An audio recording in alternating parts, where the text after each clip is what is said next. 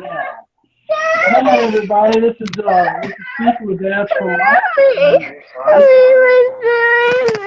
And this is our parent Zoom class, and we are here to talk, straight talk about just things that are exciting and trying to get things going and helping you get through your school and trying to help your kids and help everything that's going on in life. You know, life catches up with us.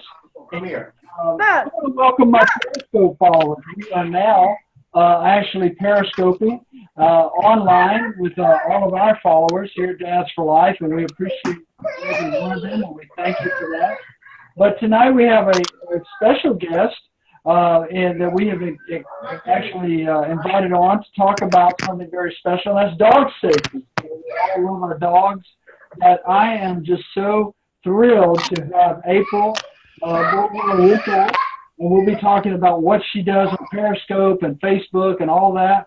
But right now, I'm having some issues on my end. I don't know if you're seeing that, Ariel, but I want to introduce my co-host, Ariel Wheeler from Australia, and let her give you some rundown of how we're going to do this tonight, okay? Hello, Ariel. Hi guys, welcome. It's great to have everybody here, and thank you, April, for being our amazing speaker, our guest speaker today. How exciting. And thank you to my hosty, Keith. It's amazing to have everyone here, and I want to welcome in Glenda and Jai. Thanks for joining us. This is going to be absolutely amazing. So tonight, or today, it seems that it is a bright sunny day here in the Gold Coast. So tonight we are going to be talking about the importance of what dogs and having a relationship with our pets, how we encourage our children, what are the best 2 to 3 tips that April can give us on how we can actually be, not only be a better parent, but also encourage a great relationship with our dogs or our pets with our children. And also what the behavioural signs are and some lessons behind that if we see a stray dog or if there is a dog in service. So I'm going to give it back to Keith, and off you go. I can't wait. This is exciting. All right. Well, thank you very much, Ariel. We do this each and every Monday night at 7 p.m. Eastern Standard Time. To all on Periscope family, we appreciate you coming in. This is out of a little difference of what Dads for Life is all about. Even though we're here to encourage, enhance, enrich everyone, and to reach out and teach someone, we always encourage you that you start with your kids. But what we do, Ariel and I got together a few years ago. Seems like a few years ago. We've known each other so well over the last few months. We got together through Jai Garcia in the United Kingdom. If you don't know Jai, I'd encourage you to check him out at theconfidencegym.com. And that's actually where I met Miss April. And April is just phenomenal at what she does in the way of helping train your dog. Now, I've kidded her and told her that I have a dog that just don't listen to me when I say don't bark, right? But there's certain things that there's tricks to this. She's like our own Cesar Milano or whatever his name is, right? So we love having April in our mastermind group through the Confidence Gym because she is just so neat. She is so cool to talk to. She's a fun-loving person. So I'm going to let her just kind of fill you in right now and introduce herself. And basically, well, I'm going to introduce her, but I want her to tell you what she does. How do you make your dog talk to you? Miss April Bolivar, welcome to the Zoom Straight Talk Parenting class. Hey, thank you. So, like Keith said, I'm April Bolivar. So I'm a certified dog trainer. And I call myself a friendly dog trainer because I like to use positive dog training methods. And basically, my passion is helping people have a nice, strong bond with their dog. I want them to have the best connection and relationship possible with their dog. Okay. Well, so you've been doing this how long now? About a decade, 10 years. Yep. So you can give us all the tricks on how to make our dog the best dog ever, right? Well, there's really no trick, but there is an underlying formula to dog training. And it's that your dog always is going to choose the most rewarding behavior. Whatever behavior it finds most rewarding, your dog's going to do that. So basically the trick is to make the behavior that you want your dog to give you more rewarding than the behavior that you don't like. Well, what about when it comes to, now I spent some time this morning with elementary kids, right? And they wanted to know all about police work and all that stuff. So I was with them. But I know, and I talked to them about police dogs, and I know that we have to go through a lot of training working with our police dogs, and not only of what they're supposed to do, but actually how to be around public. Now, I've seen folks walking down the street, and they allow their kid to walk right up to the dog, a strange dog, and that's not always good, is it, April? No, definitely not. If you have a child, you really have to teach your child dog safety, especially if you don't have a dog at home. So your child's not really familiar with dogs, but you never want to run up on a dog or pet a dog. One, unless the owner's there, and two, unless you've asked permission first. So one of the major things you want to make sure your child understands is to always ask the owner. And if the owner's not there, then it's not a good idea to touch that dog, because you never know how that dog is going to be around kids. Or, I mean, it can be the friendliest dog in the world, but it might not get along with, small children. Some dogs don't. They just get a little flighty around kids. So you really want to make sure that it's safe for your child to, pet that dog first. Right. Well, let me ask you a question. Now, I go to the pound, and I fall in love with every dog there, okay? I'll just tell you like it is, all right? I recently had a dog that passed away, which you both know, but I found him at the pound, and I had him for 10 years. Actually, it takes a lot of TLC, for especially a stray dog, right? Because you never know where they've come from. Well, I'm big on getting your dogs from a shelter. I really am. And although I think that a lot of people have the misconception that shelter dogs are nasty, a lot of those dogs are sweet, loving dogs. And when you save them, they will love you forever. They'll be so thankful that you gave them such a good home, that they will be so loyal and loving to you.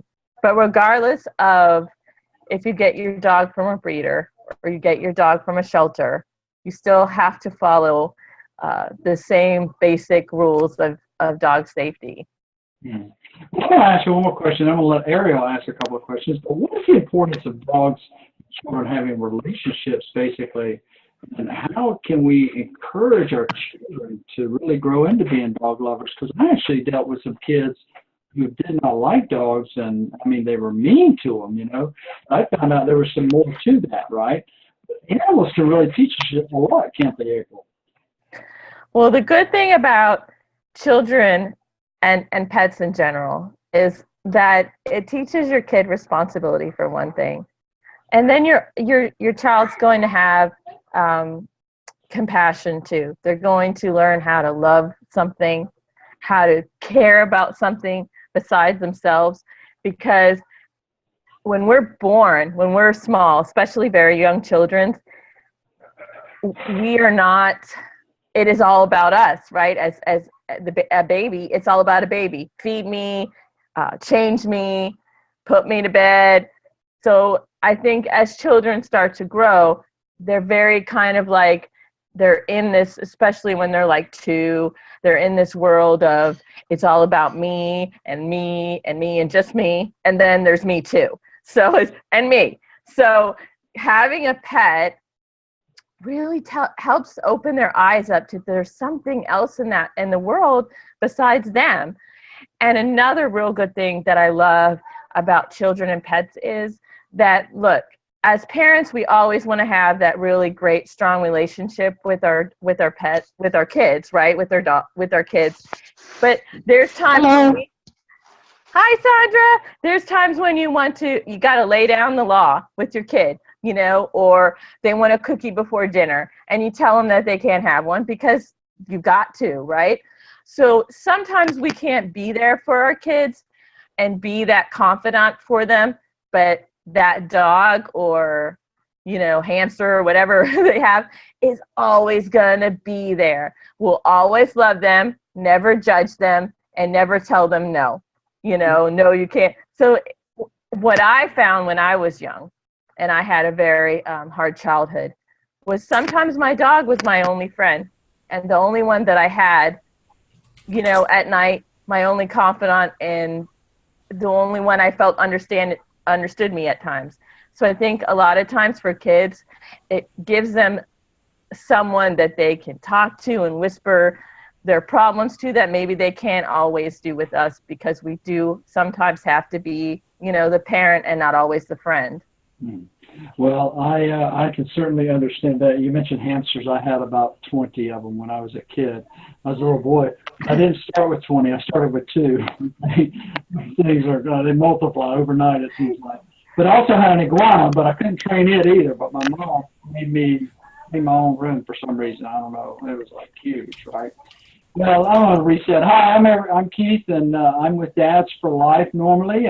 This is our Zoom class that's weekly straight talk with parents, and we try to help parents just kind of motivate them, help them a little bit, and be encouraged to do, whatever we can do to help you. We try to find those folks out there to help encourage you on a daily basis, especially through the school year. There's a lot going on and all the scheduling. But I want to introduce my co-host right now, who's going to reset and tell you who we have as a guest tonight. And that is my dear friend from Australia, believe it or not. Here's the internet. We're all over the world right now. And we want to welcome our Periscope followers. I know I have a lot of Periscope followers right now, and I appreciate you so much for joining in on our Zoom class, because sometimes it's easier to do that than it is to sign into a class like this. But right now, let's turn it over to Ariel. She'll ask a few more questions of our guest tonight, Miss April. Ariel, welcome. Hi, everybody. Hey, for all the Periscope viewers. Hey, I'm Ariel Wheeler. I'm the founder of iHer Brand. I'm actually a visibility e-commerce coach. So today it is all about our special guest, April, and how April can actually talk about dogs in a relationship to our children. So the straight talk today is about how us as parents can encourage and flourish that relationship our children have with our dogs. So today I'm going to be asking a few questions for April. So what is some of your best tips, April, that you have about the importance of dogs and children having a relationship and how we actually can encourage that? Okay, well, there's 2, and I apologize, I have really bad allergies. There's 2 factors that you have to consider. So it's either you bringing a baby into a household that already has pets, or you bringing a pet into a household that already has a kid.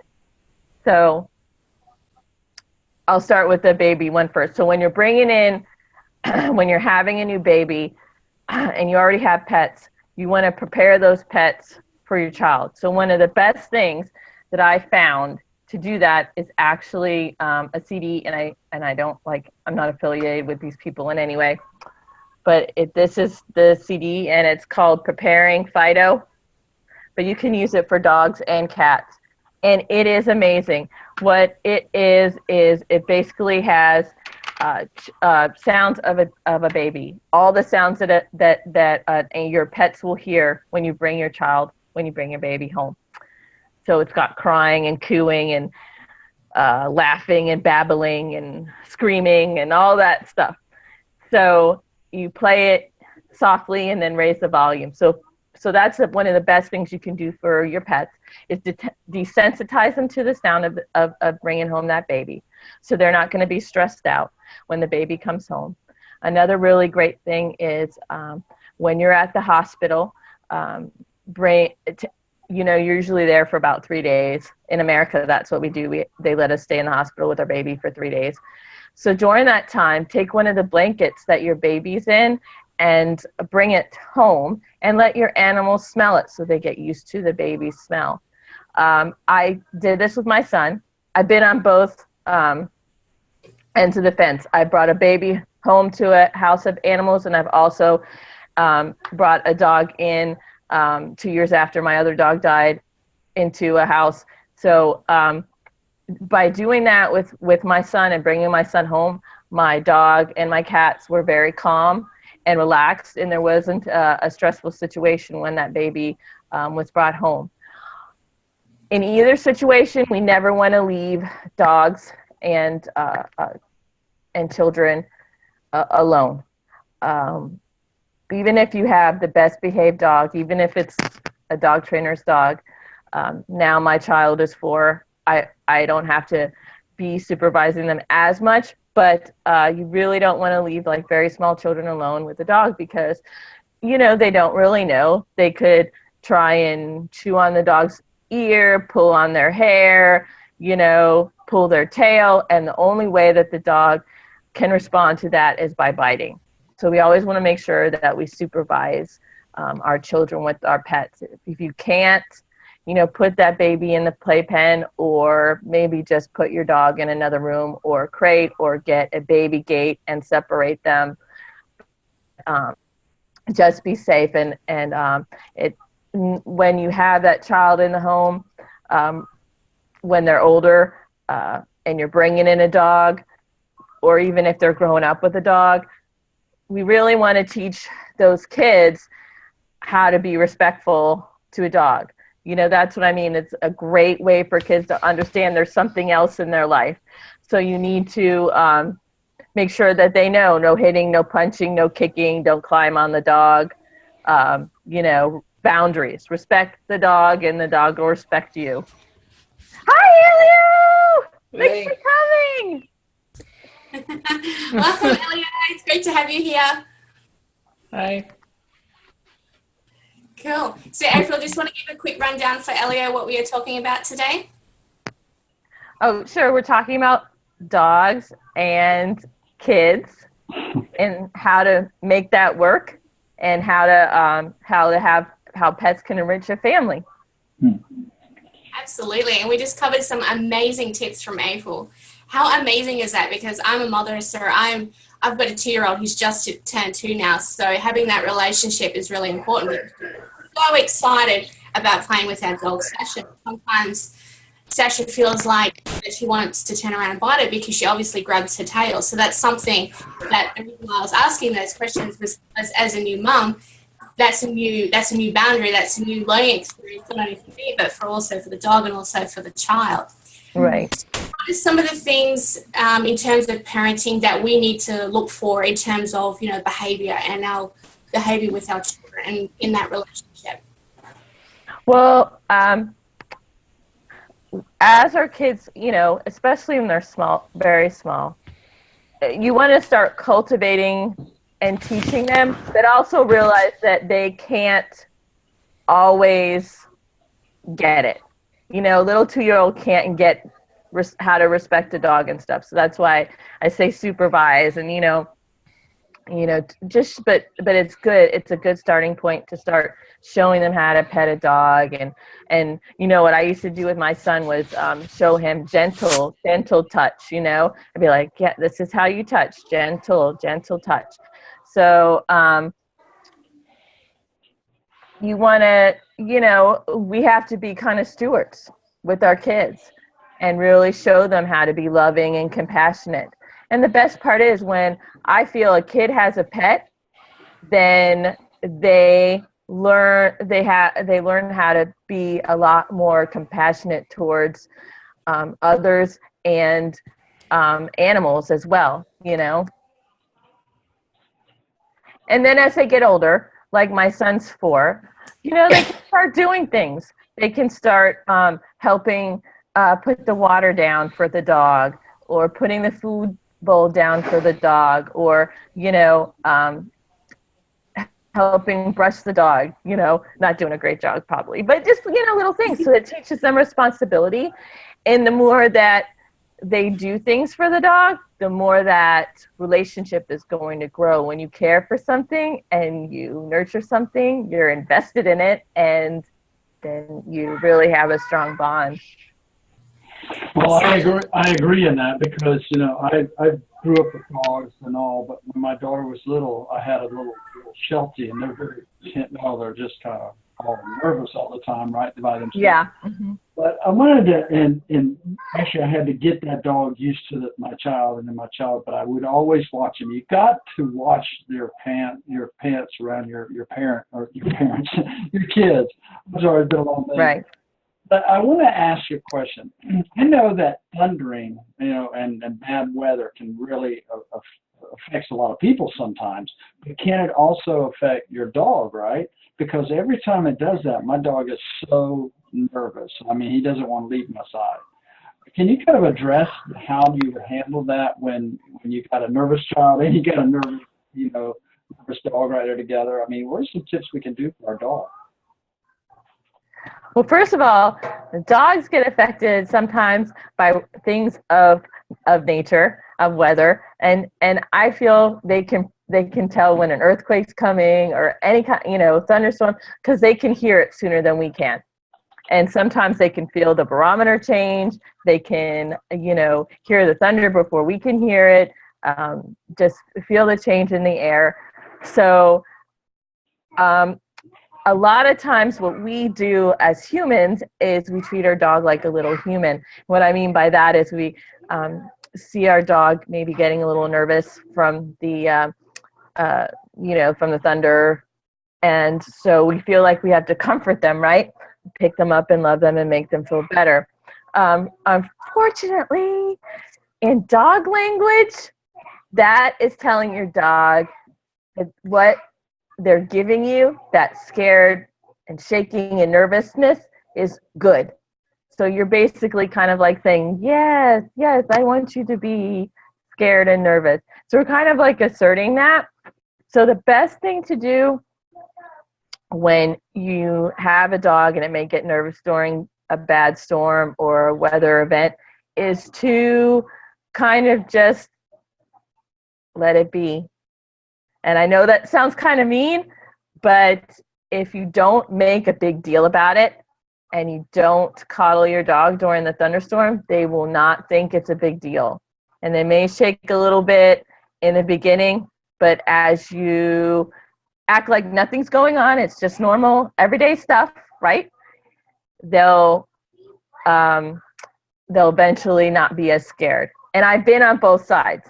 Before I went to school, I had my little Shih Tzu, and he was always scared of the weather. And Mommy would just love her little baby whenever it was scary thunder. And then after I went to school and found out that was wrong, I was like, oh no! And then it was really hard. But when it would happen, I would just let him be. And eventually, he didn't mind thunderstorms at all. Now, as far as children, of course, it's totally opposite. If a kid's scared of the thunderstorm, of course we want to be there and we want to comfort them. So in that sense, it's a little bit of opposite to children and dogs. So we maybe have to comfort our children during the storm, but not our dogs during the storm. Well, I certainly understand that. And I definitely, my mom, oh my goodness, I was always trying to comfort her doing that, but my dogs would definitely do that as well. But I want to kind of reset. This is Keith Jowers. I'm with Dads for Life, and we do a Zoom parent class every single Monday night with my dear friend from Australia, Ariel Wheeler. And this is our dear friend April, whom we met through a mastermind group on the internet, which is kind of cool. We found out that she has some great tips about helping with dogs, and of course, I've been working with kids on most of all of my career and helping them to be encouraged and enhanced in their life and what they do to succeed, but helping their parents as well. And that's why I try to bring those two together. So tonight I wanted to bring April on to kind of help us to have some tips about our kids, because I have worked some incidents as a police officer where kids were bitten, and it's just not a pretty sight. So April, what do you think's on your heart to just tell parents about dogs in general? Because I mean, we do have kids around a lot, but what about just training your dog? Are there some good tips? Because I think it's a teachable moment for your kids too, right? To teach your kids how to teach your dog, right? To try to help them a little bit. What are some good tips when you bring home a brand new dog and you said, "Oh my goodness, you just messed on my carpet"? How do we fix that? So one great way to get your child incorporated in the training is by using a clicker. If I have clients that are going to train and they have a family. I always suggest using a clicker because everyone in the family kind of has a different voice tone. The husband may have a deeper voice, and the mother may have a little bit of a softer voice, and the kids are going to have a high voice, right? So it confuses the dog sometimes. So a clicker is great, and it's fun for your kids too. They'll click that thing all day long if they can. So clicker training is a really great option if you want to incorporate your children into the training. But yeah, one of the cool things is when that if a dog does have an accident, there's really not much you can do about it.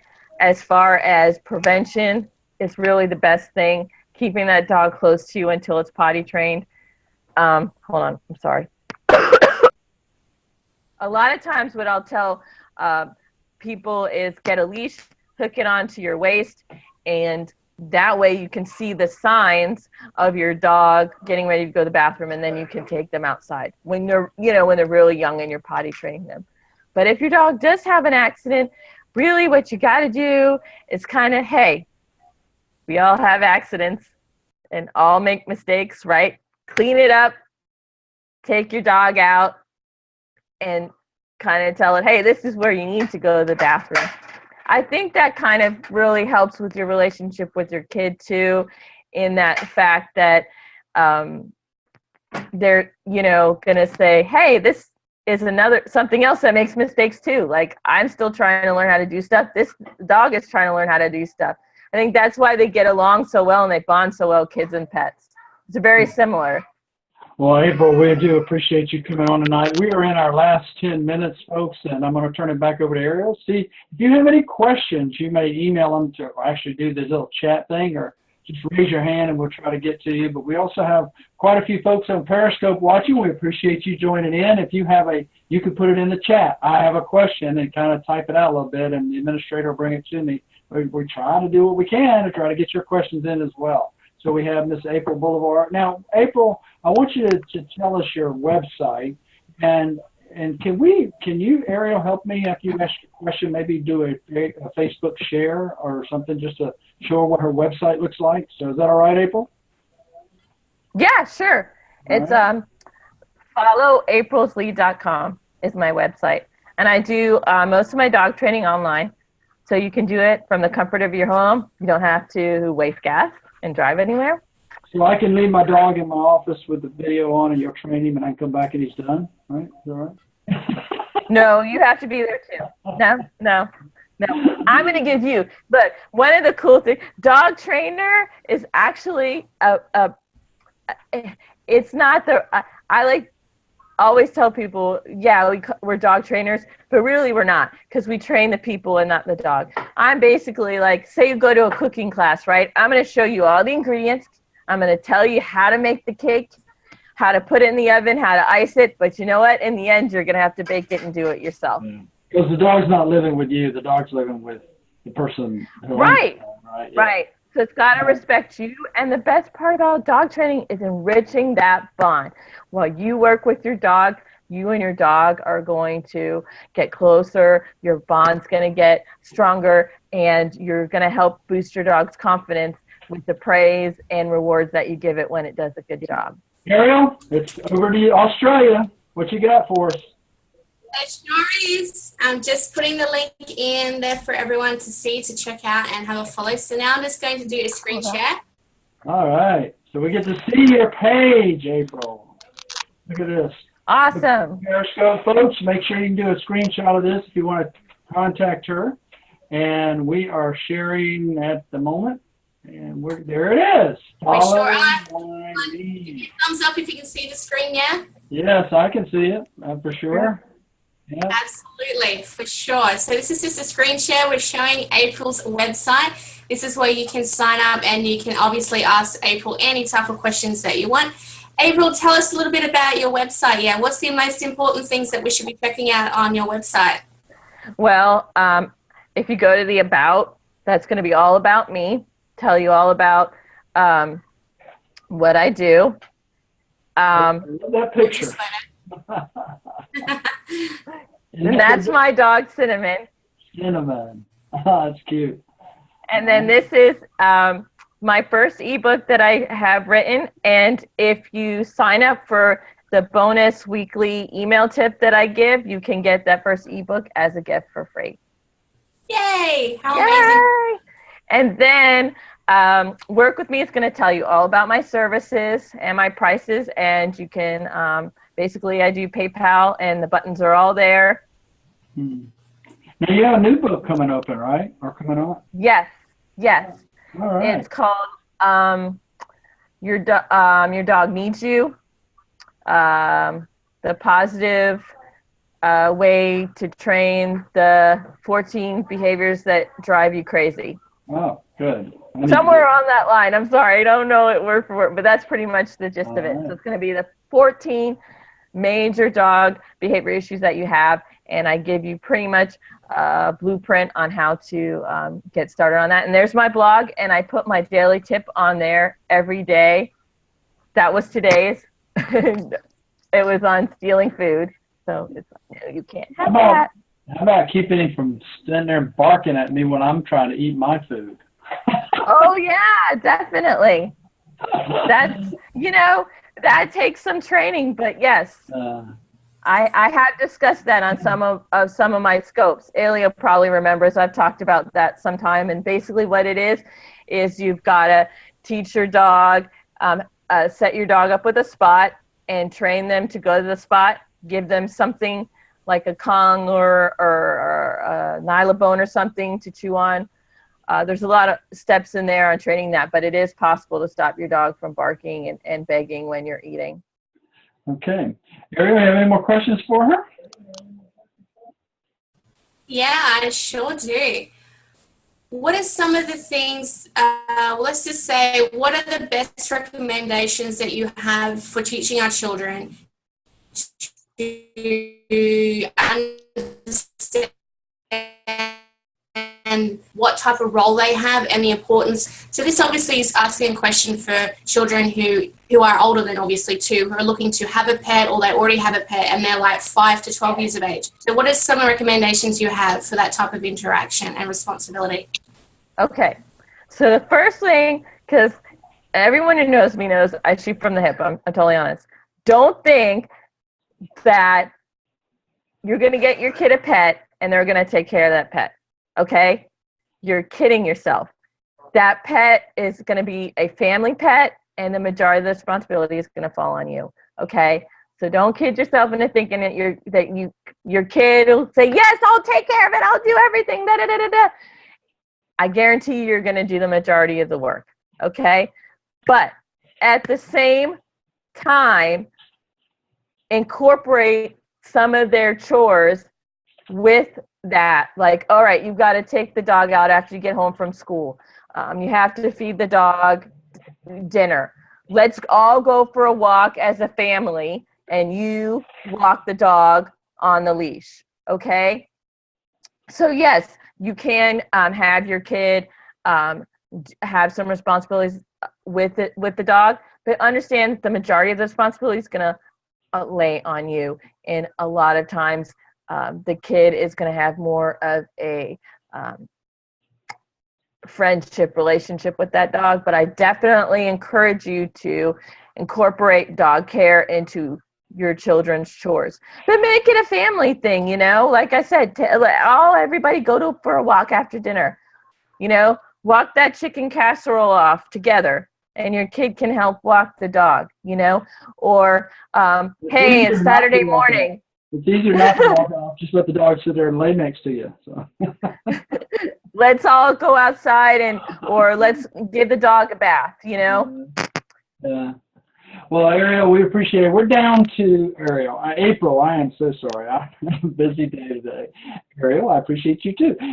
But we are down to our 2-minute warning, which means if you have one question, you got to get in there real quick. But we are going to get cut off if we don't stop this. So we are getting ready to just end this. But April, we appreciate it. Tell us your website once again. FollowAprilsLead.com. Okay, I think I typed in follow April's leash one time. I didn't know if you had us on a leash or something. No, my lead. Follow my lead. But we appreciate you. Ellie. Right. Well, once again, this is Keith with Afterlife. We thank each and every one of you out there on Periscope. Elio, nice to talk to you. I guess you don't have a question for her. You know her already and her work. We appreciate that. Coming in and joining us tonight. I see other people that have been hiding from us tonight, too, but we do appreciate it. There's others from the UK and Hawaii, and we're excited about having anyone and everyone every Monday night here with us on Straight Talk for Parents. And we got, I don't know, we're working on a couple people for next week. So we're going to get cut off. So I just want to say goodbye. Thank you, Miss April. Good job, all right? Thank you, everybody. Thank you, Take care of Periscope and Facebook Live and all that. We appreciate you. All right, and great. Have a wonderful week, and we'll talk to you next week. Bye-bye. Thank you. Bye-bye.